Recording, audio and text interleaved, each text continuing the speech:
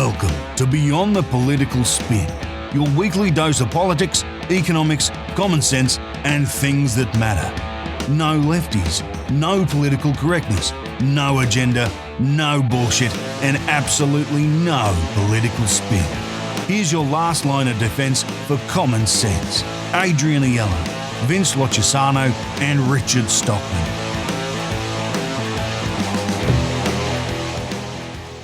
Vincenzo, back again, mate.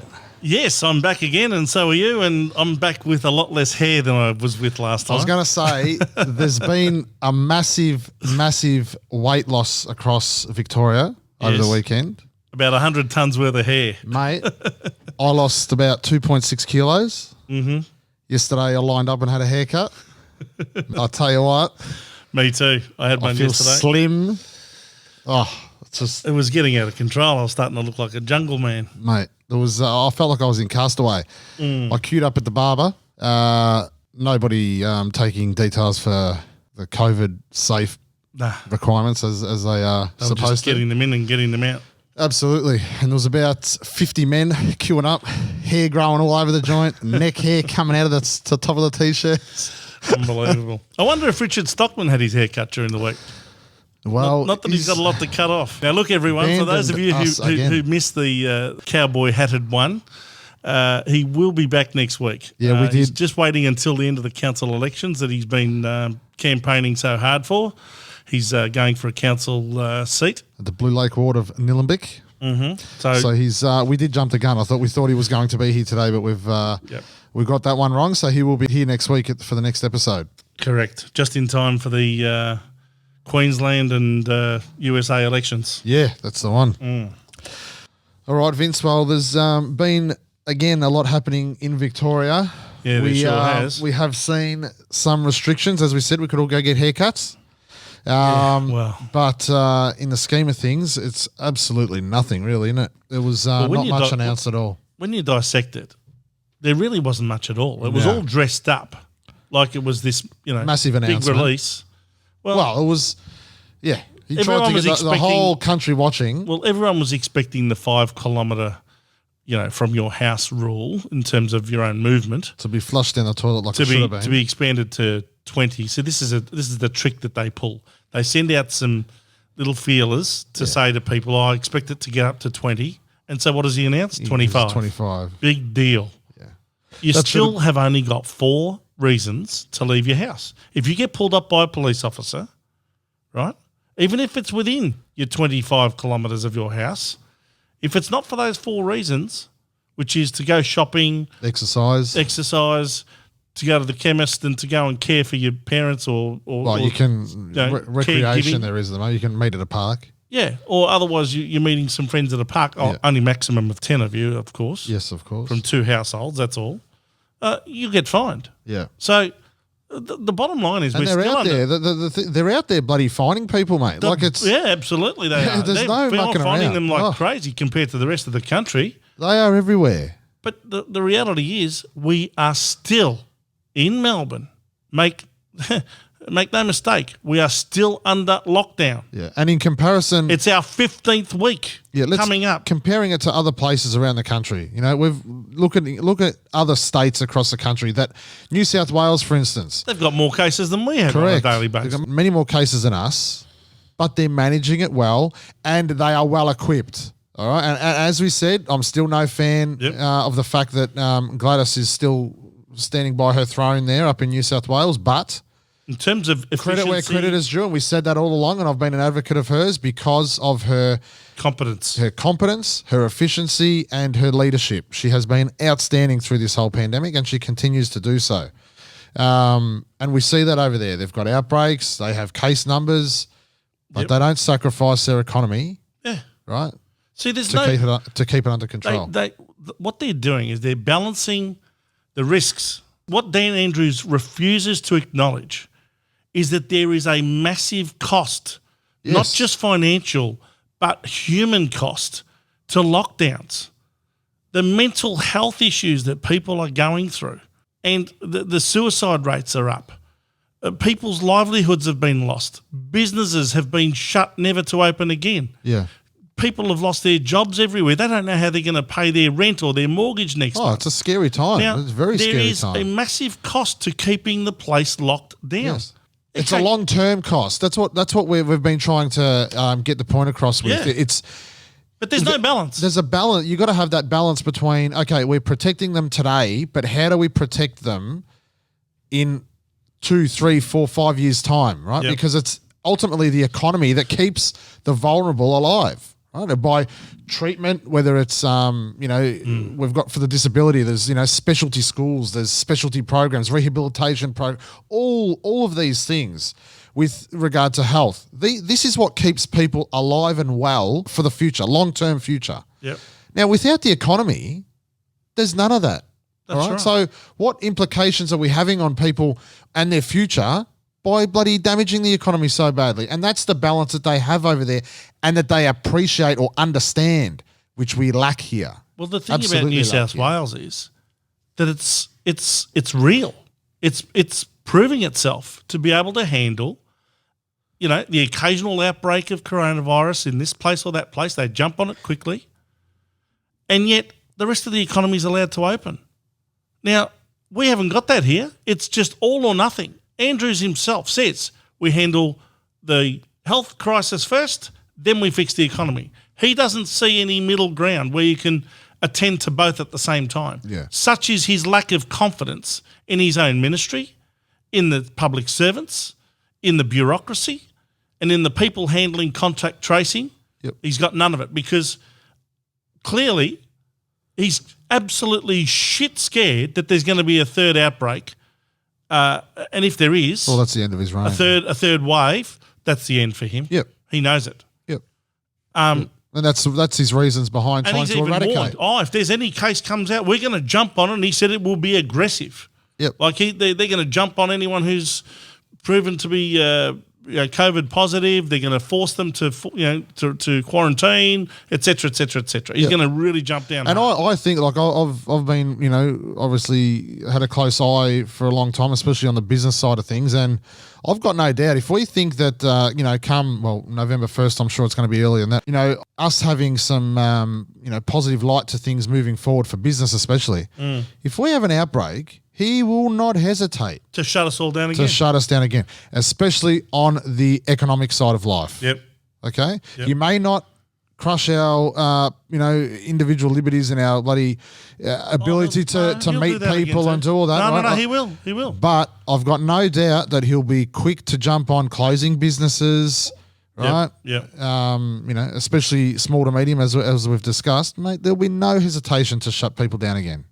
Well, everyone's suffering, but there's three main sectors of our society that I really, really feel for. First of all, it's the small and medium-sized business sector. Yep. I really feel for them because they have taken massive risks to be in business.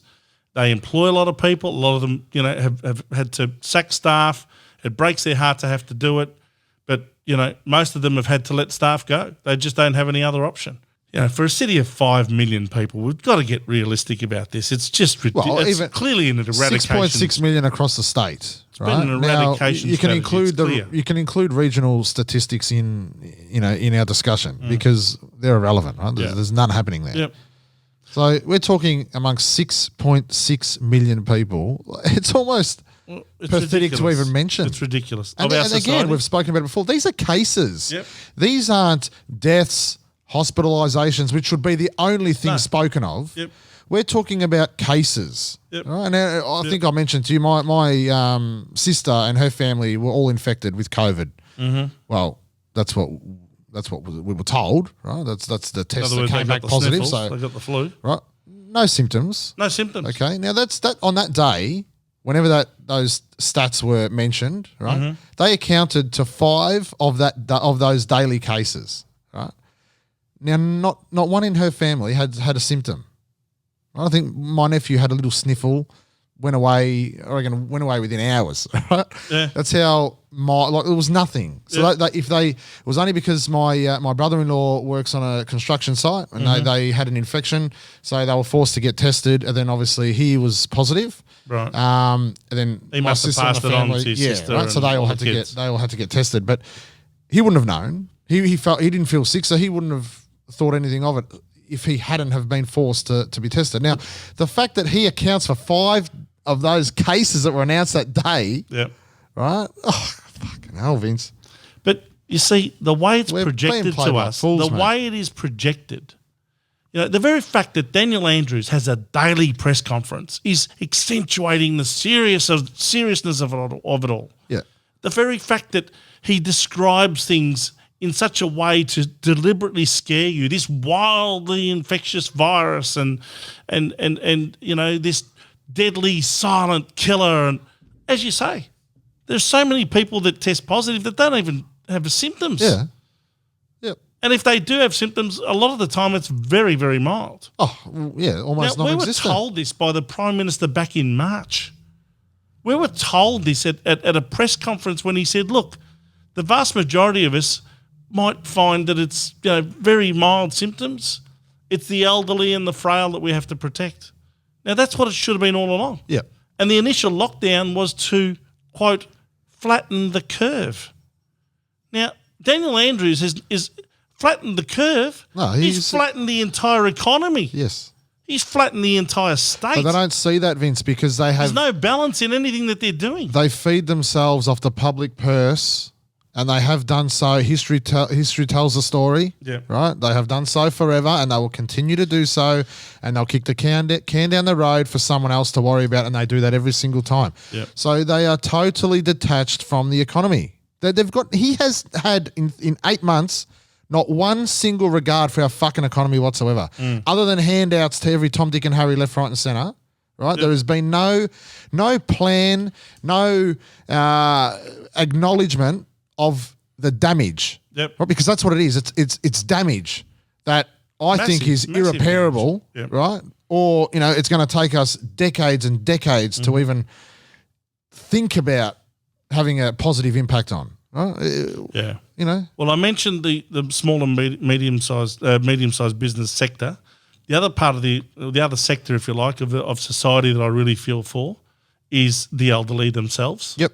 Who are scared about this virus because they are at a vastly higher risk if they happen to get it, and especially if they've got pre-existing conditions, respiratory conditions, or if they have been overweight, or they're smokers, or they're diabetics. Yeah. There's a lot of risk associated with getting coronavirus. The deaths that we've seen seem to be associated with medical conditions. Yeah, So but in years gone by, people have had those conditions and have contracted the flu, and they die. all of a sudden that develops into pneumonia, and they all of die. a sudden they die. Now, there's no difference in that sense, Yep. right? The other sector I really feel for is the kids. Yep. Well, And that's my number one. I've got 4 of my own. I know you've got 2. Their whole year has been turned completely upside down. Yep. I've still got kids now in years 9 and 10 who have not been back to school. They're not going to get back till next Monday. And there's only less than 2 months left of the school year. Yep. They've only been to school for maybe a handful of weeks Yep. for the entire year. And it's just robbed them of a year at school to see their friends and to learn off teachers. Yeah. And it's so important. I This don't is know what sort of damage it's going to do to the young ones. Yeah, and that's one thing that I've been super concerned about. I've got my 5-year-old. He's at kindergarten and he starts prep next year. Even the little thing like having his orientation for primary school, not being able to go. That's being done online. What's that going to do when they? He's an anxious kid. For those that do know him, and he's quite anxious and shy. This whole thing's bringing out anxiety and all sorts of kids. So I remember in the early stages of the pandemic when I take him to the shops and he does these little things where he might pick his nails or start getting itchy because he's a bit anxious, right? Yeah. And we're walking around. He's looking at all these people with masks, and imagine for a 5-year-old how scary. Yeah, people walking around with masks on. And I'm big on respect, and I instill that in my children. I make sure that whether it's someone down the street they're walking past or whether it's a relative, a friend, they say hello, right? You shake hands, you give a cuddle, whatever it is. Yep. Now they can't touch anyone. And now we're telling them the complete opposite, or they're seeing, people They're going to being stay so scared distant. people, we go for a walk around our neighbourhood and People cross the road as they're walking. Like, what's happening in the fucking world? Like, our children. And I beg people that if you do see a family with children, if you see adults and you tend to, distance yourself and maybe walk across the road or something. If you see a family with young children, please don't do that. All right?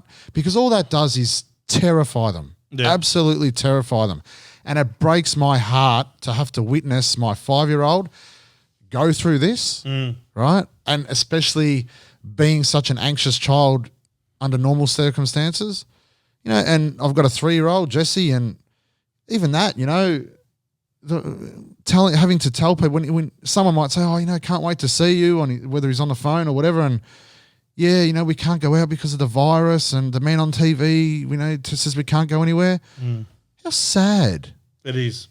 I don't think any of us who are adults can possibly comprehend what it's like for a little kid like that to go through a whole year of total abnormality. Yeah. And the thing about the masks as well. Yeah. I mean, you touched on the masks. This is ridiculous. Yeah. I'm sorry, but even in country Victoria, you cannot walk down the road without your mask on. Yeah. In Melbourne, everyone has to wear a mask. And Daniel Andrews has said this very week, there's no projected date. Yeah, as to when this is going to be lifted. There's no projected date. It's now part of our culture, he reckons. Yep. Yeah, well, he did state that. Well, actually, let's have a listen. Yeah. There's no change to mask policy today, and I'm not going to give you a date on when we may change the mask policy, which means they're here until we make an announcement that they aren't. And I know it's not pleasant, particularly as the weather gets warmer. If you want all the things I've announced today, and if we want to take another step, masks do play an important part in that. They won't necessarily be here forever, but they'll be here for so long as they produce, I think, a pretty significant dividend. Again, I can't put an exact number on it, but I think it's playing a part, and it's kind of a cultural thing now. People are doing it, and I'd encourage people to keep doing it because it does play a big part. And I'm not going to give you a date. They're here until we make an announcement that they aren't. If you want all the things I've announced today, and if we want to take another step, and I know it's not pleasant, particularly as the weather gets warmer, but it's kind of a cultural thing now. People are doing it. Now, how pathetic is that? Pathetic. Right? A cultural thing? Are you kidding or what? I'll tell you what. This guy must think we are It's not a totally fucking cultural stupid. thing, Dan Andrews, because everyone fucking hates it. Okay? Not only are people afraid of it, people fucking hate it. Yeah. There is nothing cultural about it. The second you can remove this shit, you fucking piss it off. Yep. Well, I'll tell you one thing. Right. We're towards the end of October. We have got at least 4 and probably close to 5 months of hot weather coming up. But let's have a listen to this, Vince, because our chief health officer, who is supposed to be the expert leading the way in Victoria, this is what he had to say not long ago. Hi, I'm Brett Sutton, Victoria's Chief Health Officer.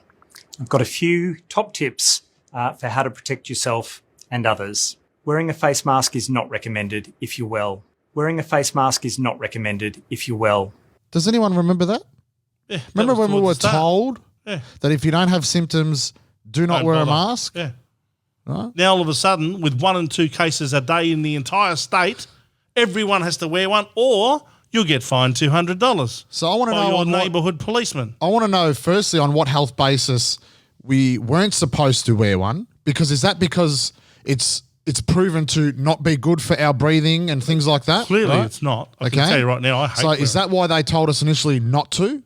Now, why are we now being forced to wear that if the advice was initially that it's not good for us to wear one? I've been saying it from the start, and I'll say it again. They're making it all up as they go along. And these so-called chief He's health trying officers, to create China in Victoria. what's been exposed in this country is that the chief health officers in most of these states have got no idea.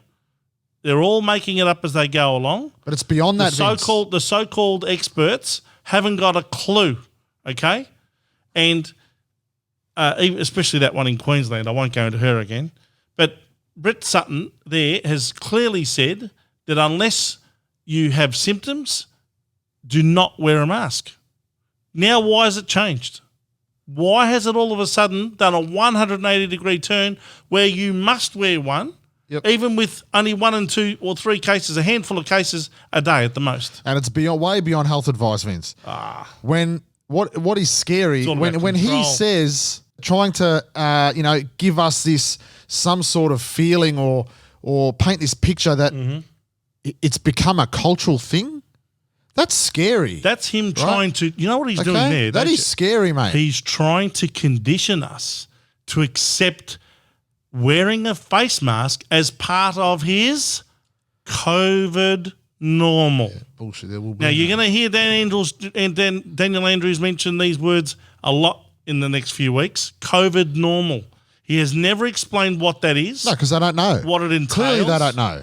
But they make it up as they go along. There is no one in that government competent enough to know what a COVID normal So is. even if they're kicking and screaming, okay, about having to ease restrictions, even if they eased all of the restrictions, right, we still have a state of emergency until the end of March 2021.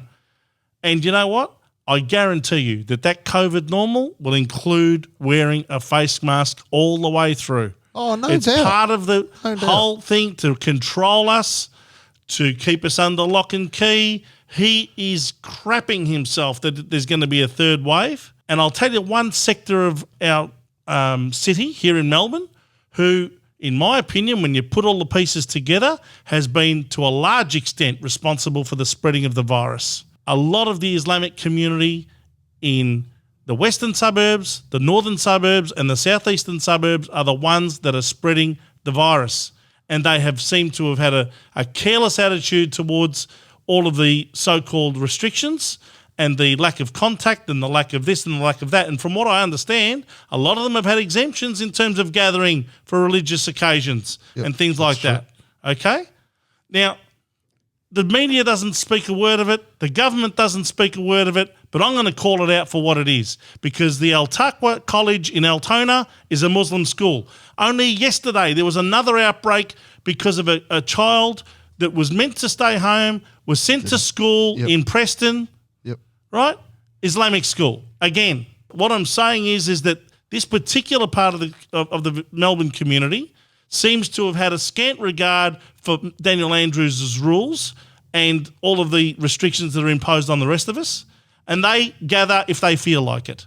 And clearly it's spread throughout their community. Yep. Even that footballer, Basher Hawley from Richmond, his mother got it, Yes. for goodness sake. I think she was even in intensive care with it. Yes, she was, yeah. Right? So a lot of that community has not had the message, but they won't call them out.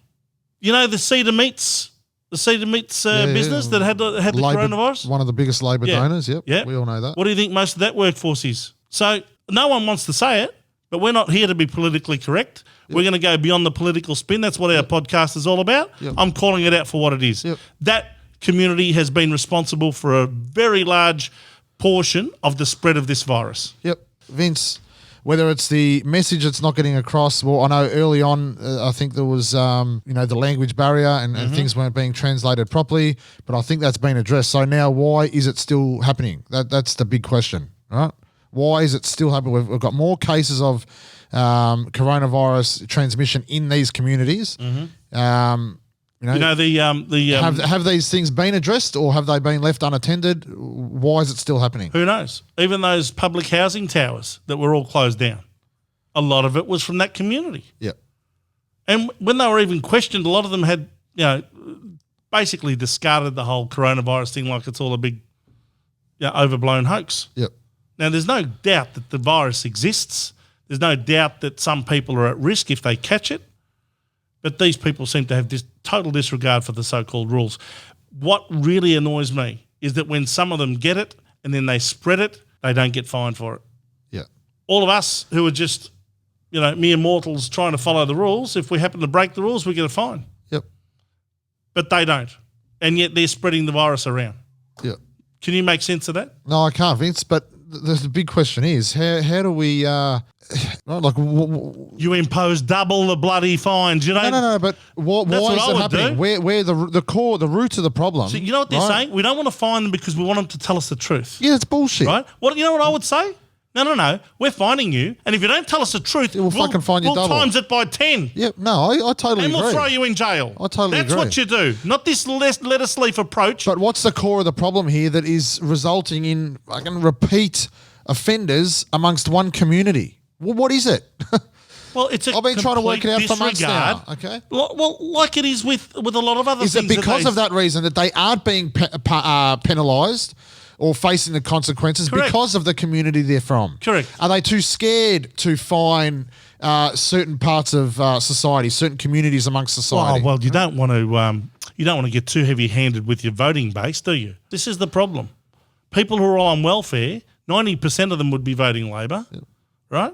Because that's where your bread gets buttered every time. Well, anyone that works for or lives by the public purse is a Labor voter. There's no doubt about it. Absolutely. There is no doubt about And that's it. why Andrews gets in a landslide at the last election. Yeah. Right? And with the help of his union mates spreading the word, you have to vote for Dan, whether it's the fire service, whether it's the AMBOs, whether it's any other unionised form of labour, right? Yeah, there's a lot unanswered here, and that what goes they've back told. to the They're hotel told to vote for quarantine. him. Right? This goes back to the hotel quarantine, not just about the government. We can touch on that, but Yeah. I'm talking about the staff that were employed, the bouncers that were employed, Yep. right, have had no accountability whatsoever. There's been no fines issued. There's been no charges laid against any of those people. Not only did they not do their fucking job properly by sleeping in the corridors and rooting the fucking return travellers, right? They Adrian, put the it comes entire down to what's state in at the risk. contract. It comes Okay. down to what is in the contract between the state government and that particular security company. Now, until we know what's in that contract in terms of who's the company's obligations, what it was required to do, how it was required to employ people, how it was required to train them, how those security guards were meant to behave, basically, in their job. Well, we've seen some of them come out and, under anonymity, tell the real story of what was going on. Okay? And there'll be more of that comes out with the inquiry that's underway at the moment. Yep. But anyway. Well, that was just a couple of things that we saw in the past week, but the big one that's just pissed off a lot of people has got to be Muppet Pakula and his Cox Plate, as well as Dan Andrews and the Labor government's bloody Cox Plate shamble that isn't was it interesting? proposed to allow 1,250 people to the Moonee 500, Valley I Racing think. Club. 500. Well, 750 people were apparently staff and trainers and So everybody 500 else, and owners. 500 owners. Yeah, that's right. Yeah. But, of course, it all went through the process, through the crisis cabinet where they all discussed it, and it was all based on health advice that this was quite a healthy thing to do. Yeah, healthy thing to do while the rest of the state's buddy. Well, but if you and I Prisoners want to of have their some homes. mates over on Saturday to watch the grand final, no, Yeah. that's dangerous. That's going to kill people. Let's watch them defend it, actually. For those who aren't across what happened in the media with regard to them potentially allowing 1,250 people to attend the Cox Plate, here we go. Can you please explain why it was considered safe for 500 plus people to attend the races, but still thousands of local businesses can't reopen? Well, I'm not here to provide medical advice. This went through a normal process. It was deemed safe. They weren't all, literally, they weren't all sitting on top of each other or next to each other. They would have been spread out. They would have been there in smaller numbers over the course of the day. Again, I'm not here to interpret that. We're constantly told that these decisions are based on science and data. Is it fair to say that wasn't based on science and data? That's or not fair any to of say at all. these- Sorry? That's not fair to say at all. I've just confirmed for you that these matters went through the normal process and there was public health advice, and it is wrong to characterise, it's like 500 people in a space the size of this. It's outdoors, all those things. In any event, it went through the normal process. It was right to cancel that and to make sure that doesn't happen. And can we just clarify, was it cancelled because it was unpopular? So it was acceptable from a public health point of view, but cancelled because it's unpopular? Is that correct? Yes. Cancelled because it was unpopular. So it was acceptable from a public health point of view, but cancelled because it's unpopular? Is that correct? Yes. Is that correct? Yes, and it was cancelled because clearly it didn't meet the expectations of the Victorian community. And it was cancelled because clearly it didn't meet the expectations of the Victorian community. But What a fucking disgrace, Vince. Well, the cat's out of the bag, mate. Decisions Okay. are made at state Now government that's- level based on Twitter. Yep. Okay. That's the Premier admitting. There you go. Right, that was not based on public health advice. That was based on Cancel it, you mean? popularity, to cancel it. To allow the 500 in the first place was based on health advice. Correct. To cancel it was based on public feedback. Now, firstly, I want to know what Muppet gave that health advice to begin with, while they then can advise the rest of the state to be fucking prisoners, while families haven't seen their loved ones for 7 fucking months.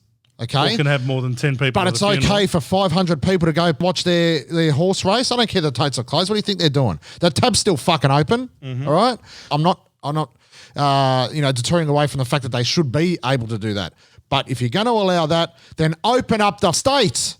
Correct. Okay. Free people from their homes. See, what Daniel Andrews ended up doing was, in order to protect what he knew is unreasonable restrictions and lockdowns, he had to step back from that decision and say, nah, cancel it. Cancel the Cox Plate 500 people, because it would have made a mockery of every other restriction that he's placed on everybody. The reality is, it is safe for those 500 to go to Moonee Valley. Absolutely. I have no doubt Yes. that they can do that quite safely. Do you know how big and sparse Moonee Valley is? Absolutely. 500 people could easily go to an outdoor event and be sparsed in terms of social distancing, all that sort of thing, Yep. and it would have been more than safe. But because of the unreasonable restrictions on everyone else, including keeping all the shops closed, including telling everyone that they can't have mates over for a barbecue on Saturday to watch the AFL Grand Final, all of that's still in place, and if you wanted any of that to remain in place, You had to he had cancel to it. cancel the Cox Yep. Plate What thing. should have been done Everyone was should have been opened. Was an early easing of restrictions, Correct. open up the state, allow people to go to the Cox Plate, because no one would give a fuck, because everyone's got their own freedom. But Yep. no, he had to protect himself by cancelling it Correct. to keep us all locked up. Now, no doubt, come Sunday, the day after the grand watch. final, It'll be watch us open. all watch him open the cages and let us all run free. Just like every other milestone this year, he's locked us up and stopped us from celebrating and enjoying family time and friendship amongst each other. Okay? It's just another episode of the Dan Andrews story. It's a fucking joke. And anyone that just listened to that clip there of his bullshit spin and you still fucking support him and you're listening right now, I'm going to tell you one thing. Turn the fucking podcast off and unsubscribe to us, because you're not welcome here. Well, I'll say one more thing. I've already called for a royal commission into this whole hotel quarantine fiasco. And now what I'm going to do is call upon the Governor of Victoria, okay? The Yes. Governor of Victoria, Linda Dessau, Dessau. to use the power that she has to dismiss this government. She clearly doesn't have the You cannot intestinal possibly fortitude, mate. tell me that this state government enjoys the trust of the Victorian community. It has lost it completely. It is beyond the joke to keep everyone locked down still with single-digit figures on a daily basis. It is just criminal. At roughly $100 million a day that all of these shops remain closed, that's what it's costing the Victorian economy. Now, this is a Now, woman. use your power. Do yourself a favour, Ms. Dessau. Okay, if you happen to know, or if anyone here is listening and knows her, go and tell her. Use a particular date that's coming up, is the 45th anniversary on the 11th of November. Yep. Okay? It is the 45th anniversary of something called the dismissal, when Sir John Kerr used his powers as the Governor-General of this country to dismiss a government led by Gough Whitlam that was completely out of control and had lost the plot. Okay?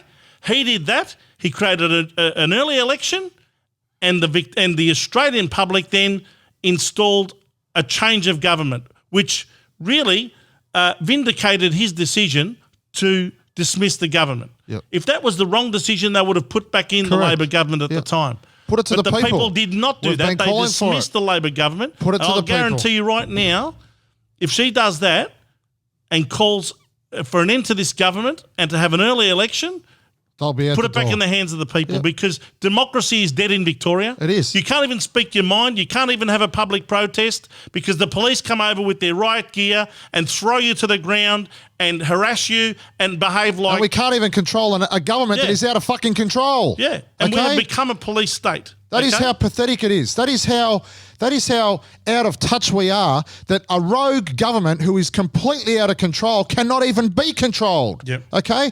Now, Linda Dessau, the Governor-General of Victoria, she represents the Crown. She represents the Queen, although not directed by the Queen, but she does represent the Queen. Now, she has the power to do this. Yep. And if she can't fucking see that we are in total despair here in Victoria... Okay? Well, someone needs to knock her on the forehead and let her know we are, because something needs to be done, and it needs to be done quickly. Okay? And it is too late. Whatever happens to business moving forward with regard to restrictions, for so many, and again, most in the SME sectors, the small to medium businesses, it is way, way too late. For whatever good news so many industries are going to receive by way of being able to open up and start trading again and operating again, it's too fucking late, mate. Okay? They've lost their homes. They've had to move out of homes and rent them out, right? Lost all their savings that they've worked decades to provide for a future for their children and their children's children, Yeah. right? All down the gurgler, okay? It is too little too late for so many people. And it's about time he comes out at a press conference and instead of spitting shit, it's about time he acknowledges that.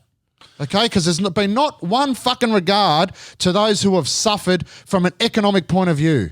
Well, if you take away the I Stand With Dan mob, okay, the majority... They're lunatics. Of Absolute lunatics. The majority of reasonable people who have a reasonable mind and a reasonable amount of fairness to both sides of politics would look at what's happening here in Melbourne and in Victoria and say that this government is not being fair dinkum with us.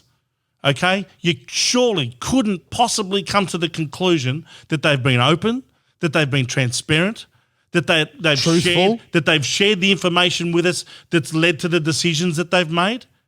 They just basically say, trust us.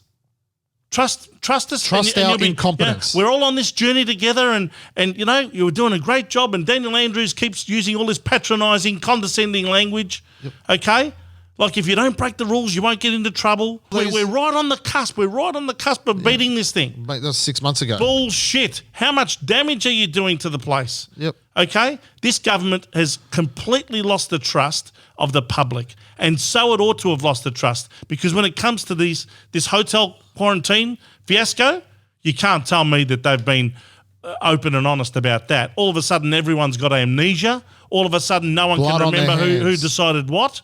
Yep. But the more Peter Credlin keeps digging, the more she keeps finding out stuff.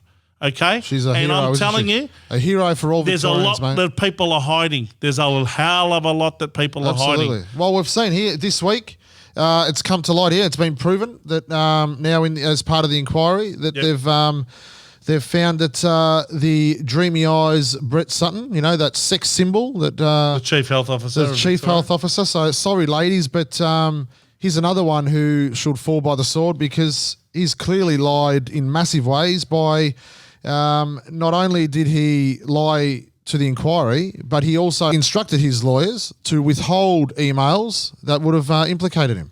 Exactly. And I just don't see how his position is tenable anymore. He's been given the vote of support, which is the death knell for anybody, which is that Daniel Andrews has come out and said he has his 100% support. Yeah, like he and did to the like he did others. with Makarkos and he did with Only Chris days Eccles. before. Yep. Yeah. Yep. I'll tell you one thing. There's a lot yet to be known about this contract that was given to the security company called Unified Security. It was one of the 3 companies that were contracted for the hotel quarantine. 2 of them were part of the Victorian government's preferred these guys weren't. suppliers or preferred users. Yep. This one company wasn't on the list.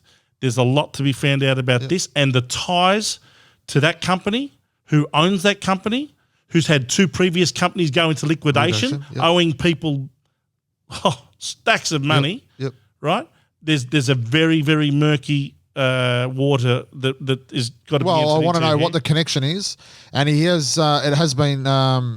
What has come out that company and the directors were in massive amounts of debt, were owing people a lot of money. Mm-hmm. So the question's got to be asked. Was this a ploy to get them out of the shit, feed them taxpayer dollars, right? Mm-hmm. Government money, our money. Well, let's just say that the owner of the company is someone who's considered to be a colourful Sydney identity. Yep. Okay. And one whose history isn't exactly squeaky clean. Yep. No. So there'll be more to come out, I'm sure. I think, mate, no doubt that person will have some union links along the way because, of course, they're the ones that probably would have made the decision, okay, to direct that contract to them. That'll come out soon enough. Yep. She'll keep going and find out the extent of it all. Yep. And it's amazing how one by one we're seeing so many lies being uncovered, right? And not only can we thank our great Peter Credlin for that, right? But I have to say, as incompetent as she was in her position, the woman who actually, I think turned to the positive side of things following her resignation was Jenny Mikakos, pointing people in the right direction, right? Pointing journos in the right direction, and saying that Daniel Andrews' testimony should be treated with caution. She certainly showed them and left some clues as to where they needed. But she's still got a bit of life left. Well, she's been pointing people in the right direction as to where they need to look for certain things, and I think that's what initially started the digging. And Peter Credlin's done a great fucking job of that, mate, I'll tell you now. I'll say one more thing. The government brought in what's called industrial manslaughter laws. We mentioned that. Late last year. I reckon they're all running for cover big time because they're worried because the government ministers and public servants are not exempt from this law. No, they're not. Now, it wouldn't surprise me if they tried to change it in the very near future to try to exempt them from the law. There was word of them making an amendment to the omnibus bill that included indemnification of the industrial law. So that's something actually I'll follow up on and see if that was true or not, but I did hear word. My understanding is that they are all still liable for prosecution under that law. Yep. Daniel Andrews himself, his ministers, and the public servants that were involved in this thing. Carries a maximum 25 years imprisonment. And if that's the case, I cannot wait to see that bastard behind bars because he bloody well deserves it. Save our taxpayer money and put them all in one cell, mate. Exactly. In New Zealand, the Labor Party had a pretty big result with not only Jacinda Ardern holding on to power, but it appears that she's going to get enough seats. Counting is still going on, but... looks like she's going to get enough seats to govern in her own right without the support of the Greens or any other parties, which wasn't the case at the previous election. Well, I think that's we spoke about it last episode, but the fact that they've had so many change of hands in the National Party, I think that's obviously contributed to the fact that she's now going to run a majority government. Well, funnily enough, what's actually really happened when you analyse the figures is that the party that she was relying on for their support in the previous parliament lost all their seats, basically. Winston Peters was the leader of that particular party, I think New Zealand First it was called, and it has been effectively extinguished, and Labor's picked up all of that ground, okay? And the Nationals, I should say, under Judith Collins, has lost ground because there's another more right-wing party that took seats off them, okay, called ACT. So, in essence, Jacinda Ardern's picked up primary votes on the back of New Zealand First going down to almost nothing. Yeah.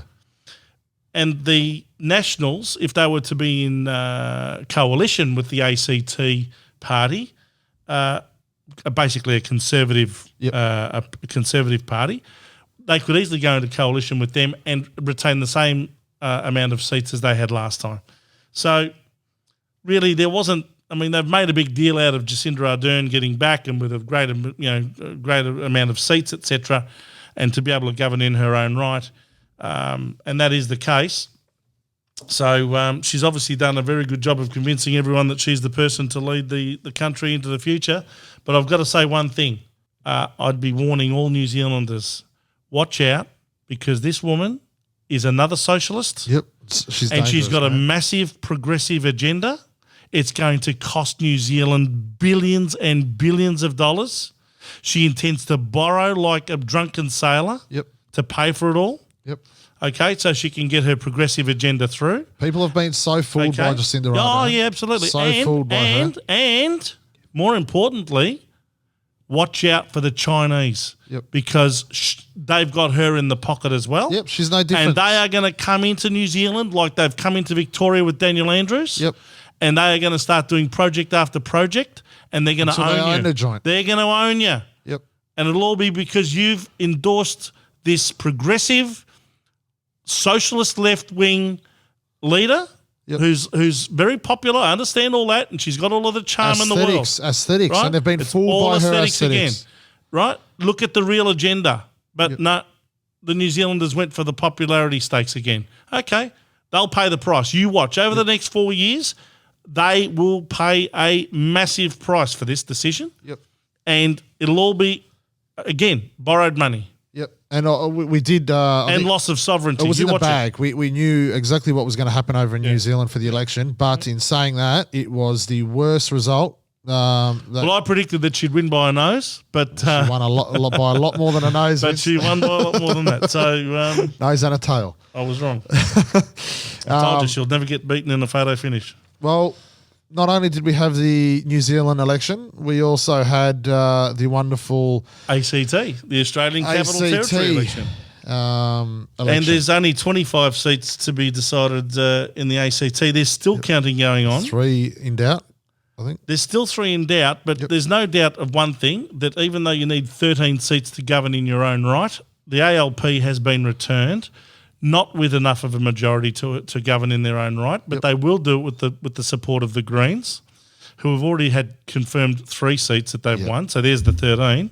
Those 3 undecided seats may very well all go to the Greens, apparently. Anyway, the fact of the matter is the ALP will be returned, and with the support of the Greens, they'll continue to govern. And it was a very interesting acceptance speech by the Chief Minister of the ACT. Yep. I'll tell you what this result means.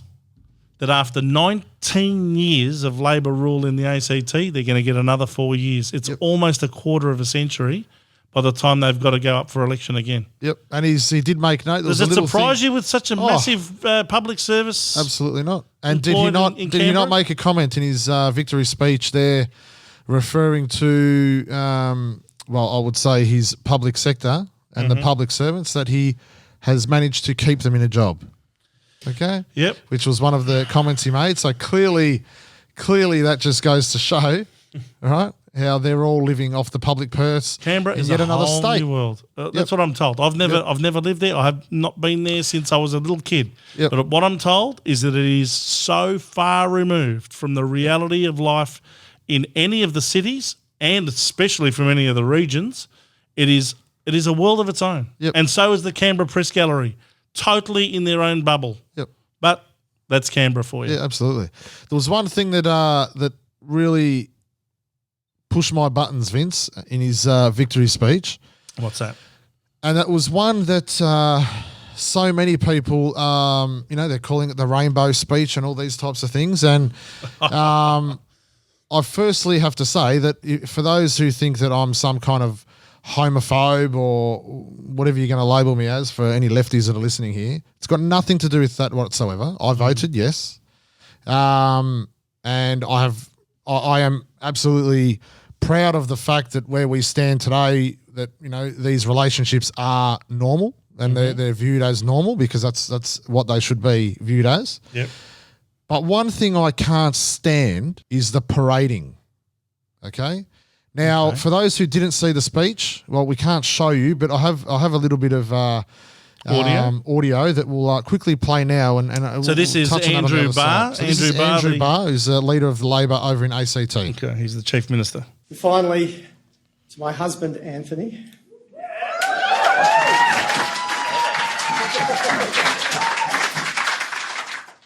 You are my rock. My life is so much better since we got married. I think people think I'm a calmer and nicer person as a result. We met in this city. We've been together nearly 21 years, about to have our first wedding anniversary. Anthony, I love you.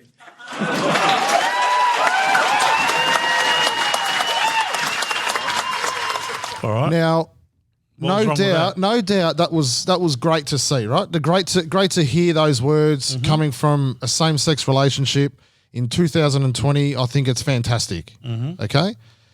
What I didn't like was following that, we've seen people give a peck on the cheek, we've seen leaders kiss their wives and all that type of thing. But it was the statement that he felt he had to make. And if anyone thinks it wasn't a statement that was being made, well, fucking watch it again, okay?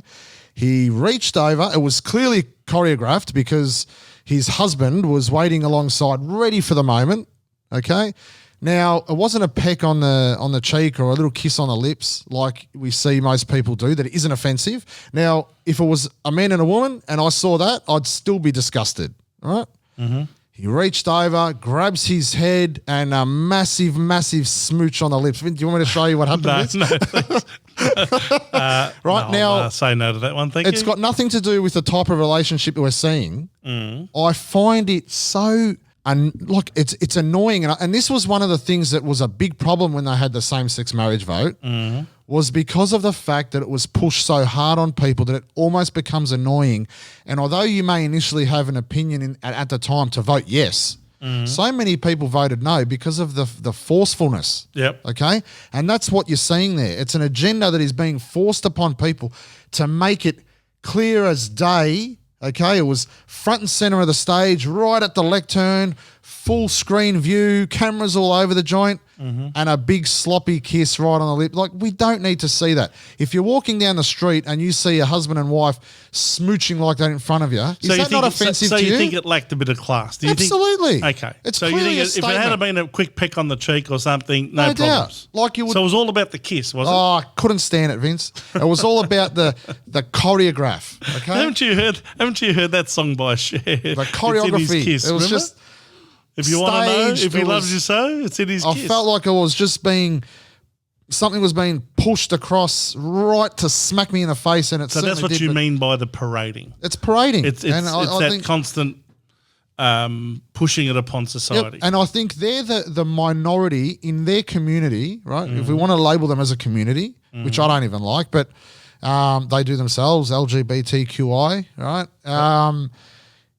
It's the minority in that community that do this. Yeah. And they are the ones, and I, as someone that has an open view, okay, like I'll be the first to say I certainly voted yes, and I would not have voted otherwise, but I didn't despise people that did vote otherwise because they've obviously got reason behind it, and that's what needs to be accepted, okay?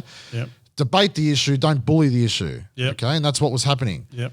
But I feel sorry for so many in that community that are so accepting of diversity and different opinions, and diversity includes heterosexuals, okay?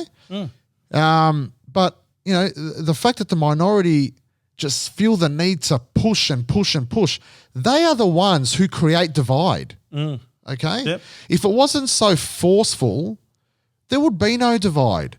People would be so much more easily accepting of these different communities that for a lot of people, it's different. Okay, it's new because they were brought up in times where these things weren't normal. It's actually quite confronting for a lot of people. Yeah, right? And See two men kissing, correct. even just watching Right, it on and the it's- TV. Yeah, that's right. And it's because we've come from a place that, you never saw that, or it wasn't labelled as normal. It wasn't the norm, yeah. Right, and Or at least not in public. Whether you think it's normal or not, that's irrelevant. But what would you think if you saw a husband and wife? If So you're saying that if that had been Andrew Anybody, I'm Barr talking about- and if he was heterosexual and Yep. it was his wife, Yep. you would have said that was all fine, all the words were great, yep, but the kiss, if he had kissed her like that, yeah, disgusting. it would have Who been, wants to see what that the on hell's TV? he doing Yeah, like that on TV? A Yeah. political leader. That's right. Yeah. But because it was two guys, it was all, well, I think there's- I think you heard there's the many reaction of the people- crowd. They were all, yahooing. Well, and let's the type of They're obviously in a the type of celebratory mood. people that are in that crowd is another thing to be answered for, right? Well, but let's I mean, not go into that. But we are talking about Canberra. okay, yeah, well, I think there was a soft cock in the crowd, Vince. No, but all seriousness, I just think it's so confronting, and a little bit of advice for someone who has an open view and understands where other people come from. maybe lay back on the forcefulness because it does create a lot of divide, and it is half the reason why some people sometimes seem to be so opposing. But that's just a little take from what I saw there. Okay, fair enough. Well, that's the election wrap from last weekend. Labor had two very healthy results, both in New Zealand and in the ACT here in Australia. We've got the Queensland election coming up in about a week and a half. We'll do a lot more on that next week. We'll be probably doing our podcast maybe 2 or 3 days before that election, as well as the USA election, Adrian. That's heating up, and it is heating up. There's and, less than 2 weeks to go. We had the town halls because the second debate was cancelled. Well, I don't blame the Trump campaign for cancelling that. That was ridiculous. Yeah. Well, then they did come back. Some and virtual. Trump did try to get that happening again, but the commission, whatever it is for the debate, if the decided Democrats against can it. get through, if the Democratic Party can get through with hiding Joe Biden down in that bunker for the vast majority of this entire campaign, they'll be wrapped. Yeah. Because the biggest threat to them is that he totally loses it up on stage, can't answer questions, loses his track, loses his mind, etc. Because he is clearly unfit to be the president. Yep. Purely on that basis. I actually feel sorry for the guy. He should be retired, right? Seriously, he should be retired to stud if he was a horse. It should probably be in a home. Well, actually not to stud, but probably to a retirement home, exactly. Yeah. Seriously, he is not no one attends his rallies. Yeah. Have you seen some of the coverage of his rallies? Yeah. There are people sitting in their cars, and there's only about 20 cars. Yeah. And there's more Trump supporters driving past with their flags flying out the window. Hooting their horns. And making more noise than what Joe Biden and his supporters are making. I mean, it is almost embarrassing. There's no doubt in my mind there are no Joe Biden supporters in America. There's nobody. Right? Even the people that come out publicly and say, vote for Joe Biden like Obama did yesterday. Yeah, no, you can't possibly vote for that. Couldn't possibly vote for him. They're Trump haters. They're just Trump haters. Yeah. That's it. There's Trump lovers and there's Trump haters, and there's that sort of divide in America at the moment. Yeah. And the unfortunate thing is most of these Trump haters, and we've got plenty of them here, Vince, but extremely uneducated on the topic. Of course. Okay? Of course. Because they've got no idea why they hate Trump. They just hate Trump because the media tells them to hate Trump, or because they don't like his yellow skin or his toupee or his right. Has he got a toupee? I think it's actually his real hair. It's just that it's clearly got a lot of product in it. Well, yeah. Well, it seems to be ready to fly off on many occasions. But look, I'm not saying I love the bloke as on a personal aspect. But as we've said before, he's very unpresidential in a lot of ways. Yeah. And I think that's where we see the difference with the vice president. That's all aesthetics again. It's back to the aesthetics. Yep. Right? And that's what people are getting fooled. But they got fooled in New Zealand. We just saw that. Yep. Okay. Yep. Now the dangerous part of this is if America get fooled. Okay, which I trust they won't because they didn't last time. Yep. But if America get fooled, I'll tell you what, you can say goodbye to the Western world as we see it. No doubt. Okay. No, I'm absolutely, He's what can I say? I'm very nervous about the result because I know what's at stake. Yep.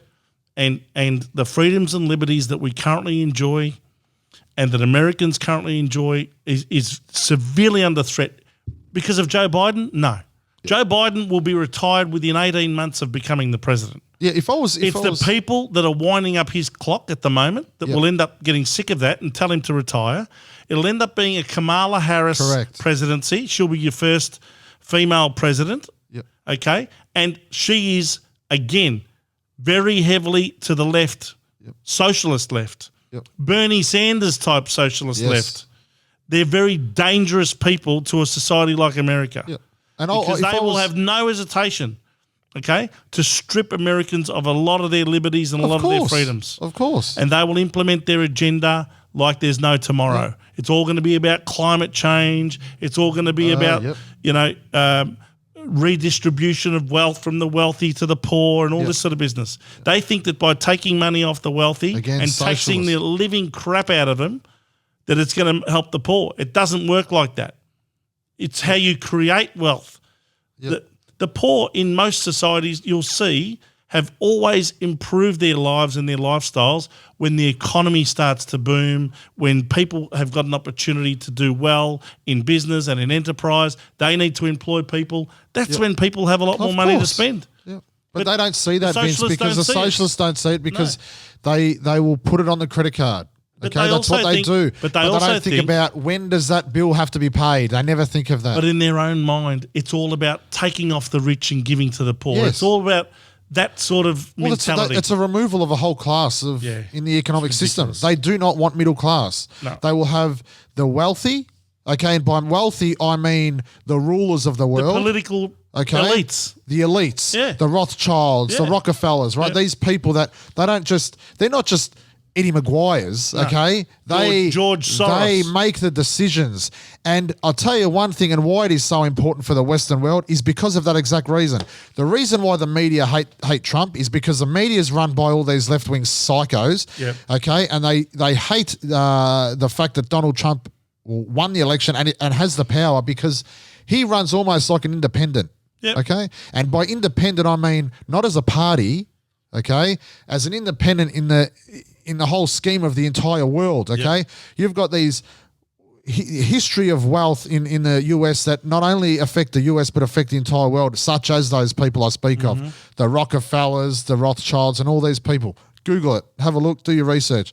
They rule the world. They make the decisions, okay, that affect the economies around the entire globe. Yep. And that is where they control, okay? It is these socialists and these socialist parties like the Biden government that may be, okay, or your Kamala Harris government, all right? Yep. They have full control, and that's what they were going to have with the Clinton government. Yep. With Hillary, Yep. okay?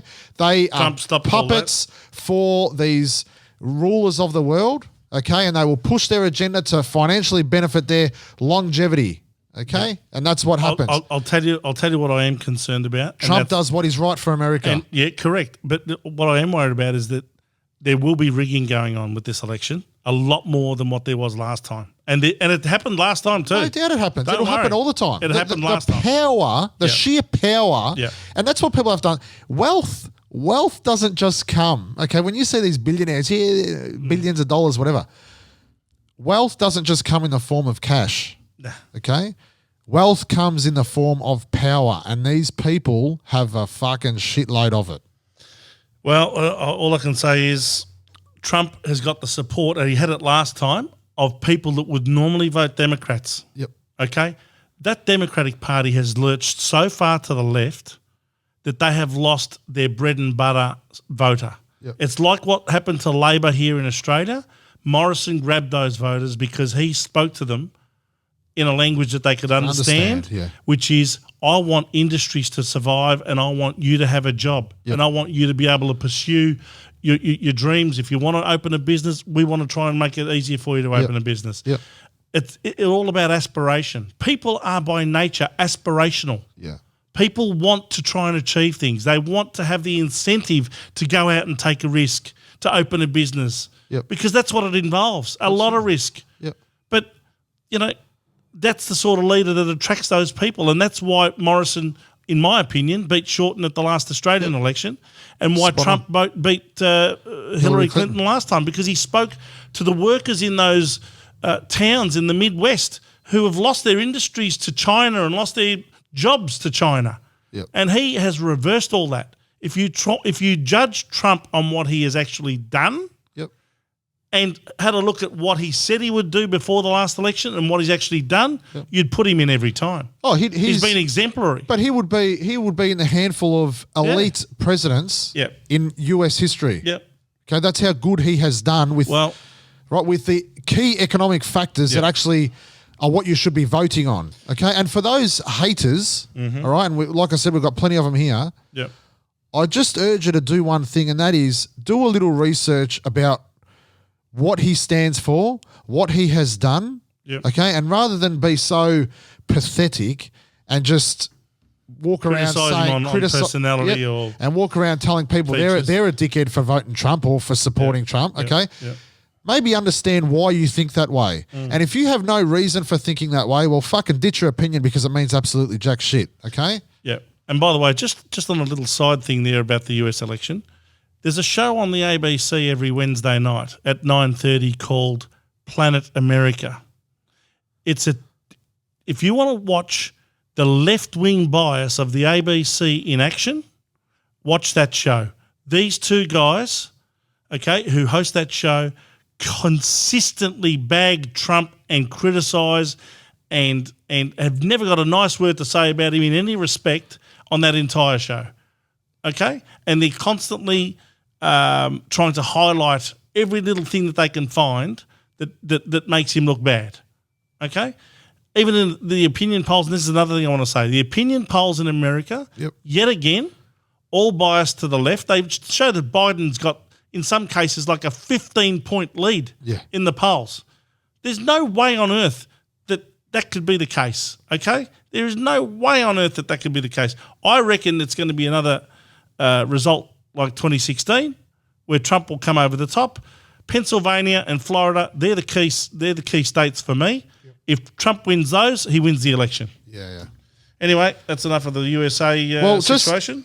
Before we take off from the USA, Vince, I think a lot of people, and we spoke about that before, we might mention it actually, and you can explain a little bit about it, but because it can be a little bit confusing for those who aren't across the US politics, that the Liberals over in the US are in fact equivalent to our Labor. Oh, yes. And, so maybe touch on, I suppose, let's inform people that aren't across the US. Righto. Explain the Democrats and the Republicans, Conservatives and your Liberals. Okay. So for those of you who are a bit unsure what we're talking about, the right-wing party in America is called the Republican Party, and that's the party that Donald Trump leads. And its colour, strangely enough, is actually red. When they do all of the maps of who's got what states, they call them red states. It's like complete opposite to our politics to Australia, where the Labor Labor Party is generally coloured in red, and our Liberal Party here in Australia is generally coloured blue, and it's the right-wing party. Over in the States, the Democrats are blue, and they're the left-wing party. So it's a little bit confusing for those of us in Australia. Also, the term Liberal. You'll often hear the right-wing, I guess, politicians and supporters call out the Liberals. Yep. They're talking about the people who are generally Democrat voters. Which are equivalent to our Labor. Yeah, which are equivalent to our Labor Party voters. Yep. So it's a bit strange. There is a difference between Liberals and leftists. The leftists tend to be the real hard leftists. Yep. Okay?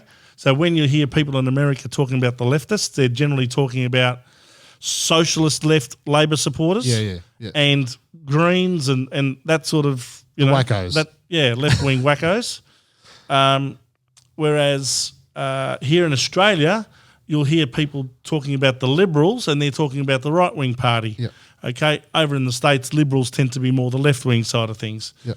One thing we also get over there is people referring to obviously the Democrats, Republicans, Conservatives. Yeah. So maybe explain a little bit about how they differ from one another. Well, again, it's probably best to just explain it from one country to the next. Australia essentially has a spectrum from left to right wing that starts with the Greens, if you like, at the very far extreme left. Yep. Labor Party tends to be a centre-left party. The Liberal Party tends to be a centre-right party. Yep. And then you've got One Nation, which is further to the right again. Yep, perfectly put. In the States, you've really just got the Democrats to the left, the Republican parties to the right. It's really just a case of the two parties. There are other little players involved in primaries and all that sort of thing, but they just don't get any traction. Yep. It tends to be just a two-party scenario. Yeah. So that's the way it is. But there's no compulsory voting in America. Yep, no, there isn't. So Very unlike different to here, where you are forced to at least turn up and have your name crossed off a list, Yep. That doesn't necessarily mean you have to compulsorily vote, does it? No, it You doesn't. can put a blank sheet of paper in. Yep. And many people do exactly that. But, Yeah, in America, it's not compulsory even to turn up. Yeah, and that's why I think over there too, it's so important. Which is why their campaigns spend so much money. Yeah, trying to get people motivated enough to actually go and vote. I think we heard the other day Biden has spent $540 million. No, he hasn't. Well, no, he hasn't. It's all the people that donate to the party. $540 million on his campaign alone. Yep. And it's for that reason, because they don't have compulsory voting. You really need to sway an opinion, far enough that they will actually get up and vote. And I think that's one thing with the Trump voters, though. I think they know that it's so crucial for them to vote to actually save the Western world, and they will certainly get up and What vote. I sense is that all the people that vote for Trump tend to be very passionate about voting for him. There seems to be a real enthusiasm for him within his own base. Yep. Biden, really, unless they're really so angry anti-Trump people, right, that will vote for Biden, I don't see him getting that many other people being enthusiastic about him, because honestly, let's be honest, there's nothing to get enthusiastic about. He puts you to sleep, this bloke. Yeah. We can't even string a sentence together. We can't even remember what he said half a minute ago. Anyway, let's wrap it up here. We're going to have a lot to speak about. Don't forget to like us on Facebook. Absolutely. Beyond the Political Spin, and Instagram. I think we've got We've got Instagram, we've got Twitter, we've got everything. We're going global, Vince. We're going global, mate. Unbelievable. But again, a massive thank you. Hopefully you enjoyed this episode. We love all the feedback. If you we do. If you love the show, please leave us a note and comment. If you didn't like the show, well then just shut up and don't tell anybody. That's right. And for those who enjoy seeing my sexy arms in a little video clip every week on our Facebook page, don't forget to stay tuned and look out for the next update. Now we've got the 2 grand finals coming up this weekend. We do. 2 quick minutes on that. 2 quick minutes First on that. First of all, can I just a big congratulations to the Melbourne Storm, yet again another grand final. Perfect storm. Craig Bellamy as a coach, unbelievable. Does it get any better than him? Aussie legend, mate. Aussie legend, and as a bloke as well. We're lucky enough to work with him, what a statesman he is for sport. And let's be honest, has there been a better player in the last 20 years than Cameron Smith? No, absolutely. And again, what a great captain of the Melbourne Storm he is. Wouldn't it be just fitting for him to go out winning another premiership on Sunday? Yep. I really hope that the Storm get up. For those of you who love rugby league, absolutely. Let's support the Storm on Sunday. Shining light they have been. Against the Penrith Panthers, who've done very well this year, by the way. And, of course, we've got the AFL Grand Final, not at the MCG. Thanks, Dan. Yes, it's going to be up at the Gabba in Brisbane. I think it's going to be pretty warm and slippery, maybe a chance of rain. Well, they're talking about bloody the possibility of postponement because of forecasted thunderstorms and lightning. Oh, I don't think that'll happen, but apparently they've got some regulations there that if they spot lightning and within 30 seconds there's a thunderclap or something, fork lightning above the ground and all that sort of thing. within 5 kilometres or 10 kilometres they need to. Well, it's the very first night grand final. I do wish them all the best. I hope it's a great spectacle. Excited to. Well, I probably won't be watching, to be honest. I haven't watched much footy. I reckon I watched about 15 minutes of footy. I think most of Melbourne will be bunkered down in their houses with no friends around, no barbecues. The AFL turned me off this year, but God. I think I'm happy for a lot of footy fans that they get to see a night grand final and we get to evaluate that later on and see how good it actually was, because I've been one that has wanted a night grand final for a long time. I said it's the battle of the pussies. It is the battle of the pussies. Big pussies being the Tigers versus the little pussies being the Cats. Given they're on the Richmond top of the ladder, Vince, it might be the power of the pussy. Well, one of the other pussy teams, the Lions, went out last week. So you can only have two in there, but the power of the Tigers pussy versus the Cats. Who do you like? Again, haven't watched much footy this year. Give me a prediction. Come on. Based on my 3.5 minutes that I have watched, I would say I've had way too much of the Tigers of the last few years. So I'm going to say I would love to see the Cats get up. You want to see Gary Ablett walk off in his last game of football as a premiership player for the 3rd time. Yep. Yeah, he'd already left Geelong by the end of 2010, I think. Yep. Yes, that would be terrific. And, of course, Patrick Dangerfield finally plays a grand final in any absolutely. form of football that he's played. Juniors right through till now. This is his first grand final. Yep. Joel Selwood plays his 200th game as a captain. That's a player I love. Joel He's Selwood. the captain. And Tom as nails. Hawkins seemed to have gotten over his sore throat. Yep. They said he doesn't have any coronavirus. The fact that he hasn't even had a test is beside the point. He got a temperature read upon entry. Look, my prediction, my head tells me Richmond, my heart tells me Geelong, my kidneys tell me Richmond, my liver tells me Geelong, my large intestine tells me Richmond, my small intestine tells me Geelong. Look, it's all going to get down to my asshole, Adrian. So let me tell you, mate, it's going to be a tight one.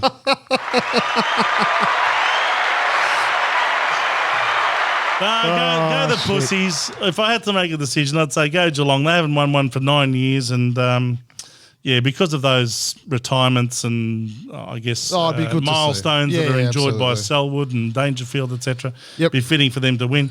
One thing I will tune in for is to see the magical Mike Brady Yes, singing Up singing There Kazali. Up There Kazali at, Yes. I think, in the centre of the MCG all alone, I think, isn't it? Really? Is that what they're doing? Or somewhere? Well, the MCG is taking part. That's where he's going to sing, apparently. Well, we would actually play the song, but unfortunately with copyright laws, we can't. But That's a shame. You Do you want us to sing it? Sing it in your head. Sing it in your head. Sing it in your head. Well, to all the Tigers and Up Cat there, supporters. Kazali. Yes, to all the Cats and Tigers supporters. I hope you enjoy watching the grand final from your lounge rooms with nobody else around. Yes. Thanks to Dan Andrews in Victoria. Not only has he lost the grand final for the MCG, he won't even let us get together and watch it with our mates. I think there's going to be Over a a barbecue. few holes cut in fences and some neighbours going to and from, I think. Come on. Well, get on to Vic Roads this week. Change all your addresses. Right? So whoever you want to we're hang not with. promoting the breaking of the law. Well, Anyway, by no means. But again, been another. it has been a packed fun program. episode this week. But again, we're going to have quite a bit to speak of next week.